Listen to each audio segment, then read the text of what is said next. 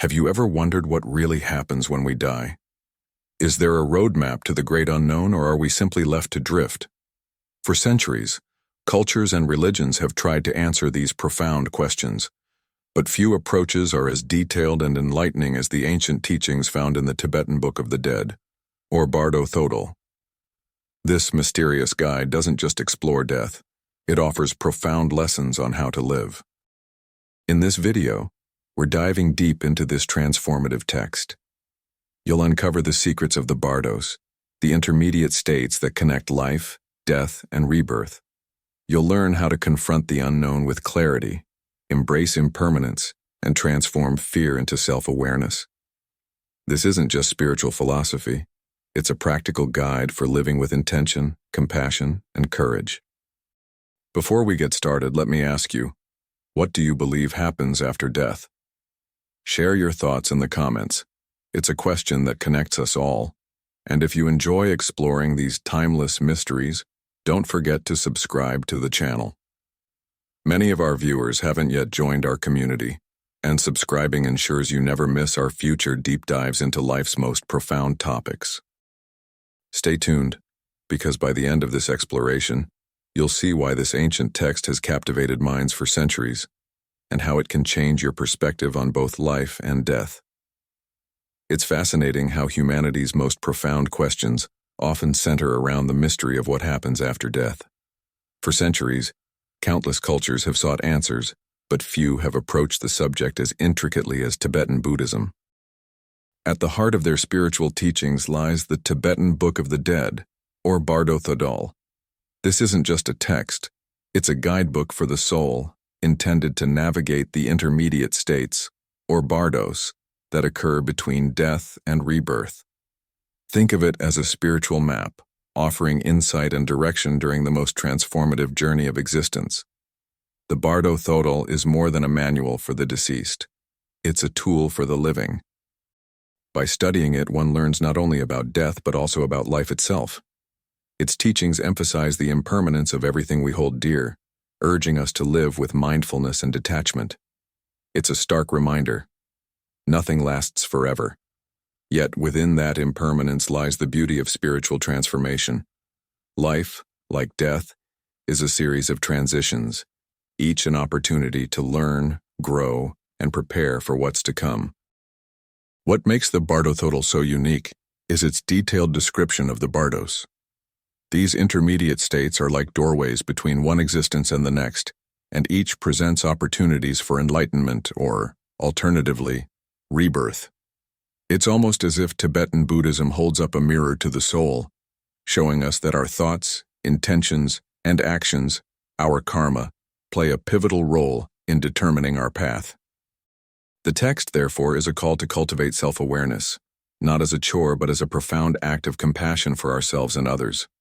The Bardo Thodol doesn't sugarcoat the process. It acknowledges that the journey through the bardos can be overwhelming, which makes the text more accessible and comforting to readers unfamiliar with these concepts. By openly addressing the challenges, it validates the natural fears and uncertainties surrounding death and the unknown. This candid approach builds trust, offering reassurance that the guidance provided is meant to support and empower, rather than obscure or dismiss these difficult experiences. But instead of promoting fear, it offers hope. It's a guide that whispers, "You are not alone. There is a path, and you have the strength to follow it." This compassionate approach resonates deeply, transforming what many fear into an opportunity for liberation. The text doesn't demand blind faith. Instead, it encourages introspection, mindfulness, and courage, qualities that can illuminate even the darkest of transitions. One might wonder, is this ancient wisdom still relevant today? Absolutely.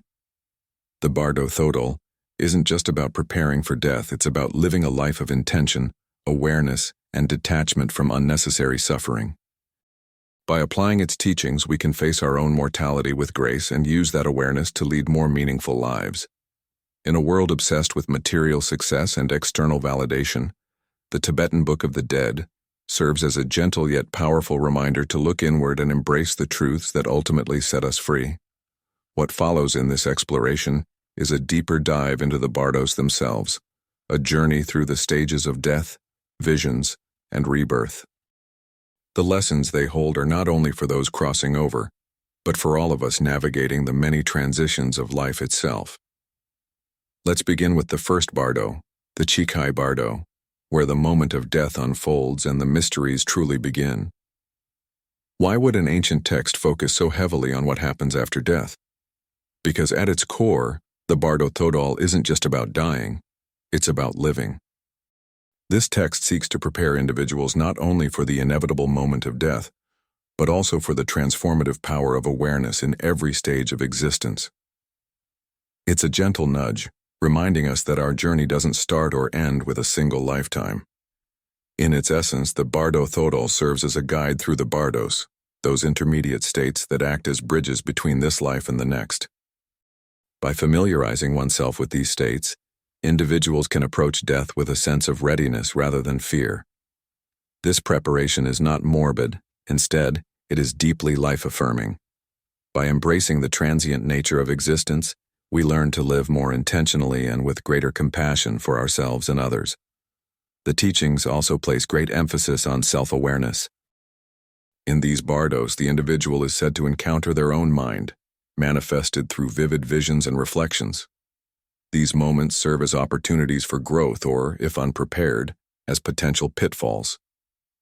By cultivating mindfulness and an understanding of impermanence during life, one can better navigate these experiences, turning challenges into opportunities for spiritual transformation. Moreover, the Bardo Thodol encourages detachment from material and emotional attachments. It highlights how clinging, whether to possessions, desires, or even identities, can bind the soul, creating obstacles during the transition from one existence to another. Detachment doesn't mean indifference. Rather, it's about embracing life's fleeting nature with grace.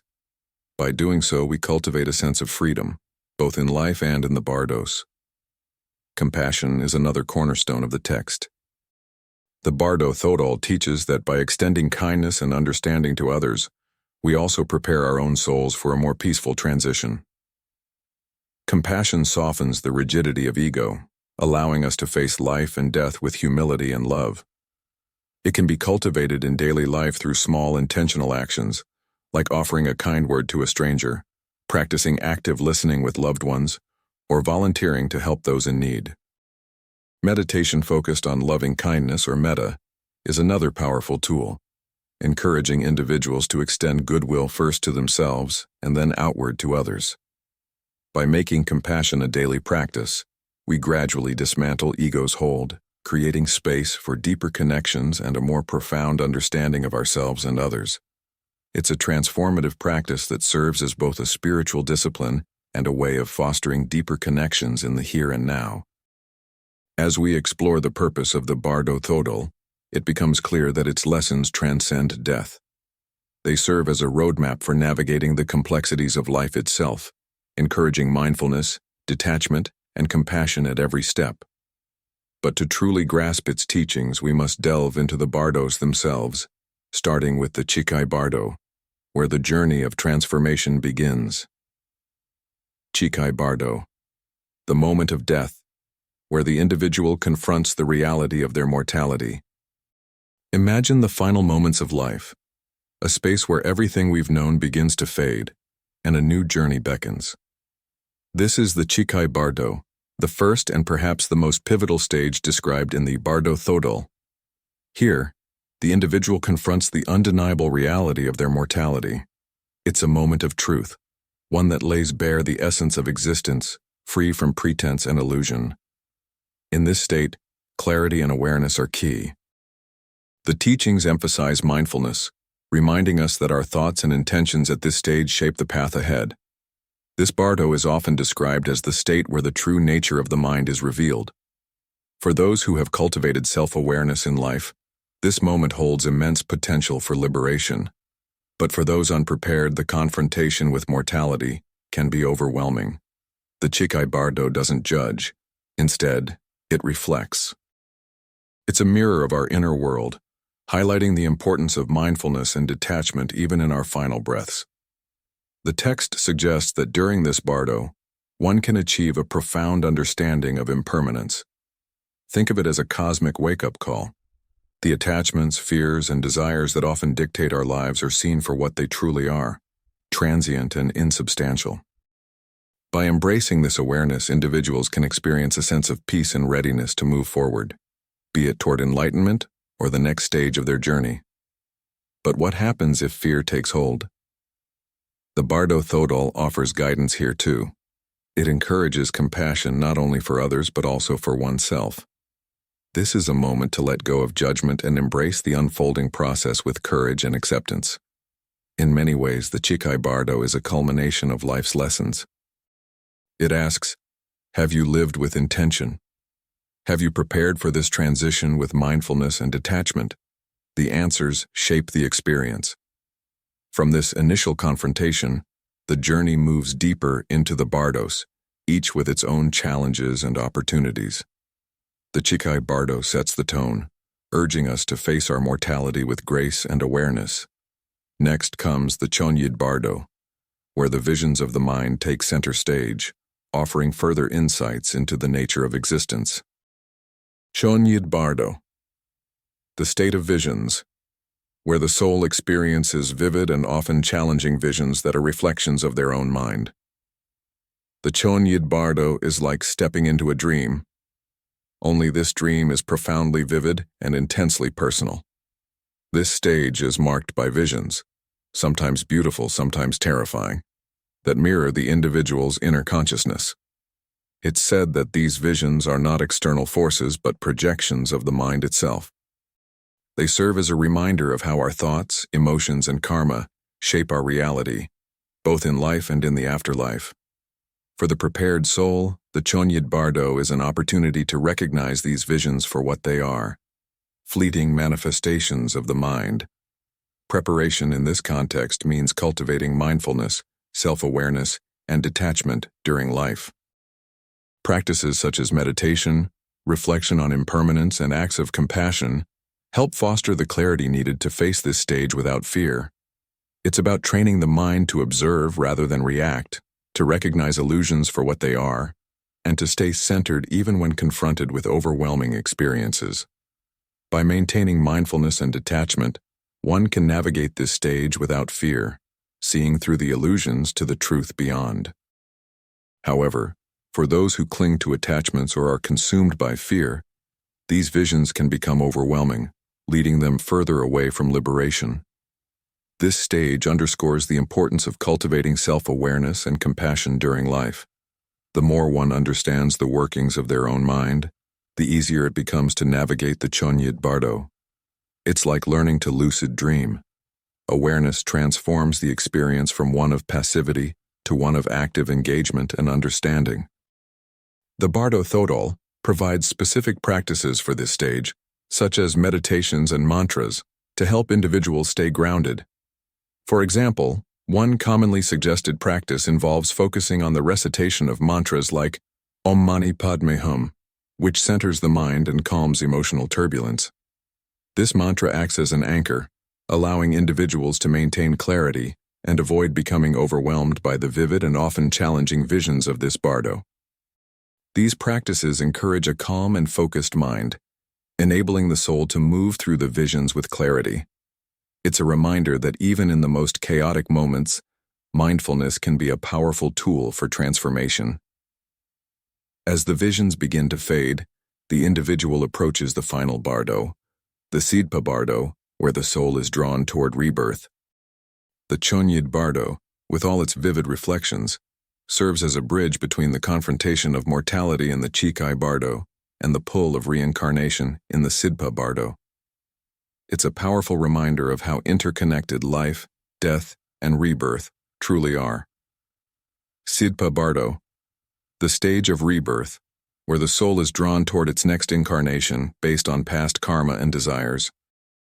As the soul transitions into the Sidpa Bardo, the final stage of this profound journey, the pull of rebirth becomes inevitable. This stage is shaped by the karma accumulated in one's life and the desires that still cling to the soul. It is in the Sidpa Bardo that the forces of attraction and aversion come into play, drawing the individual toward their next incarnation.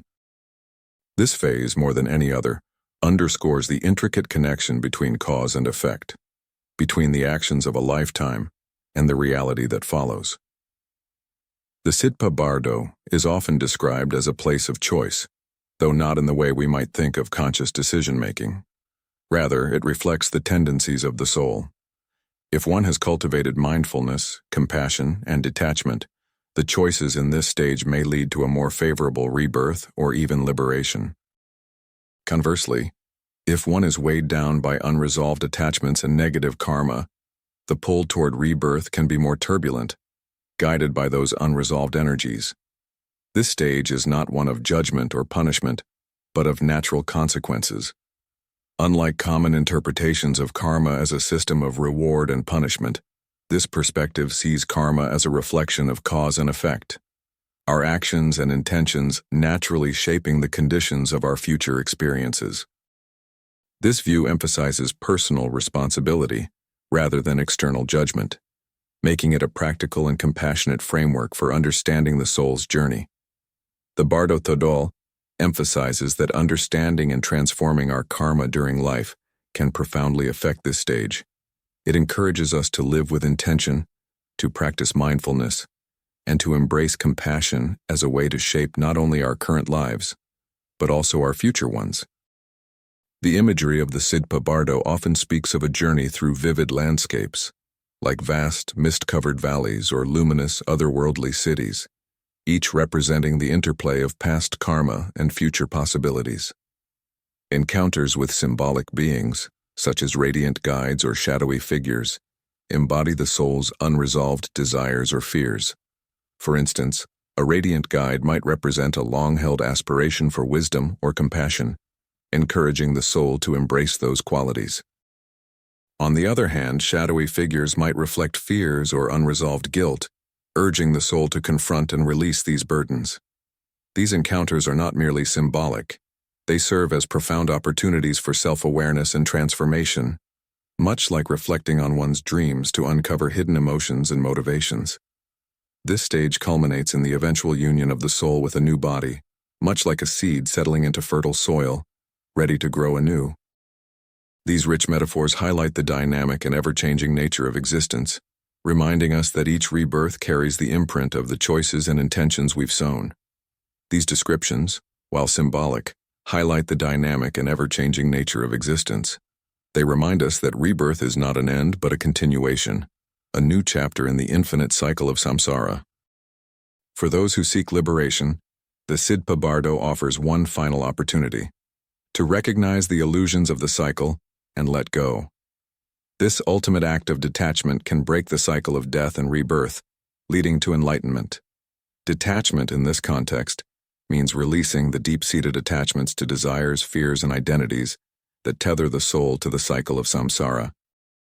It involves cultivating mindfulness to observe these attachments without clinging and practicing self-awareness, to recognize the illusions that perpetuate suffering. Meditation, reflection, and acts of compassion all contribute to this process, allowing the soul to transcend the pull of rebirth and embrace liberation. However, even for those who are not ready for such a transformation, the teachings of the Bardo Thodol provide comfort and guidance, illuminating the path forward. In many ways, the Sidpa Bardo is a reflection of life itself. It asks us to consider the legacies we leave behind, the attachments we hold, and the ways in which our actions ripple through time. It's a powerful reminder that every moment is an opportunity for transformation, for creating the karma that will shape not only our current lives but also the journeys yet to come. And so the cycle continues, with each ending holding the seeds of a new beginning, inviting us to embrace the eternal dance of life, death, and rebirth. The Tibetan Book of the Dead, or Bardo Thodol, offers profound insights into the journey of life, death, and rebirth. Its teachings transcend religious doctrine, acting as a guide for anyone seeking a deeper understanding of existence. By exploring the bardos, we gain not only a framework for navigating the afterlife, but also invaluable lessons for living more mindfully, compassionately, and with greater self-awareness. This ancient text challenges us to reflect on our attachments, embrace impermanence, and prepare our minds for the inevitable transitions that define existence. So, what lessons from the Bardo Thodol resonate most with you? How can you begin to integrate its teachings into your daily life? Share your thoughts in the comments. Your perspective may inspire others on their journey. If you found this exploration meaningful, don't forget to subscribe to the channel and turn on notifications so you never miss another deep dive into life's greatest mysteries. And be sure to check out our next video, where we'll uncover more profound teachings to guide your journey of self-discovery. Thank you for joining this exploration. I'm John, and I'll see you in the next chapter of our journey together.